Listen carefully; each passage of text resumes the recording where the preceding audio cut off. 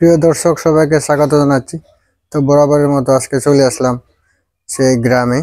বহুদিন পরে গ্রামে চলে আসলাম। তো আজকে শুরু করবো একটা হলুদের গল্প নিয়ে। তো ছোটকালে যখন 4-5 বছর হয় বয়স, তখন বাবা বলতো, বাবা স্কুলে যাও, স্কুলে গিয়ে পড়ালেখা করে একদিন বড় হবে, তারপর একদিন চাকরি করবে, শহরে মন্দরে থাকবে, এরকম। তখন তো আমরা পাত্তাই দিতাম না। যাক, ছোটকালে তো গ্রামের পরিবেশ, তখন আসলে লেখাপড়ার খুব একটা মানসিকতা ছিল না। তাছাড়া আমাদের প্রিয়তে লেখাপড়ার খুব একটা প্রতিযোগিতা ছিল না, যেহেতু আমরা গ্রামে ছেলে। তো বিভিন্ন গ্রামে ঘোরাফেরা, ঘুরেছোড়া, বিভিন্ন ধান কাটা, বিভিন্ন জুম চাষে আমরা ব্যস্ত থাকতাম। আসলে লেখাপড়ার প্রতি খুব একটা গুরুত্ব ছিল না। তো আজকে সেটা আমি উপলব্ধি করে সেটা আমি আপনাদেরকে ধারণ করে দেখাবো। এখন বুঝো কত কষ্ট এবং কত ধানে কত চাল। বাস্তবতা আসলে কতটা কঠিন সেটা আজকে আমি আপনাদেরকে ধারণ করে দেখাবো। তো দেখুন, আমার বাড়ি থেকে, গ্রামের বাড়ি থেকে পাহাড় থেকে নামলাম নিচে। এটা ধান্য জমি। 5 মিনিট হাঁটার পরে উঠলাম একটা পাহাড় উঠতে কমপক্ষে 20 মিনিট লাগলো। আবার সেই পাহাড় থেকে যে নামতেছি, এই পাহাড় থেকে নামতে কমপক্ষে 10 মিনিট লাগবে। 10 মিনিট পর একটু হাঁটবো, একটু হাঁটার পরে তারপর সেই আমাদের বাগানটা, যেখানে হলুদের চাষ করছে আমার ভাই এবং আমার ভাবি।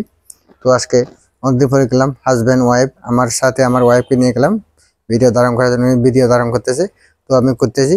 কত কষ্ট করে, যে দেখুন গ্রামের জীবন, কত যুদ্ধ করে, অনেক কষ্ট। এই যে হলুদ করতে করতে হঠাৎ কোদালটা চলে গেল, ভেঙে গেল, করার কিছু নাই।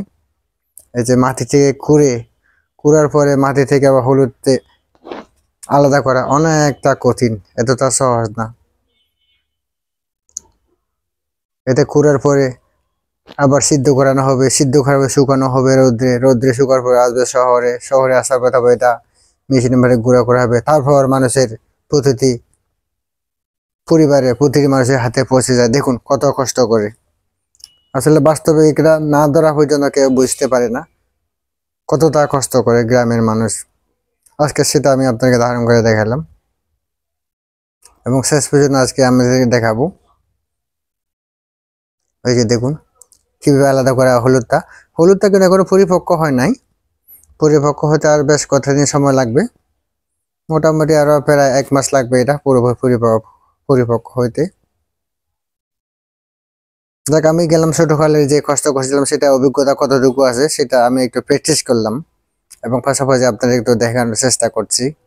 তো কেমন লাগলো আপনাদের? তো ইচ্ছে করলে যদি কেউ গ্রামে যান, অবশ্যই গ্রামে, কারণ একসময় বাংলাদেশ কৃষি প্রধান দেশ এবং কৃষির উপর নির্ভরশীল একসময়। এই যে এতগুলো পেয়েছি আজকে। তো দর্শক, এই যে কেমন লাগলো, গাম কিন্তু বের হচ্ছে অলরেডি, আমার অনেক হ্যাপ হয়ে গেছি।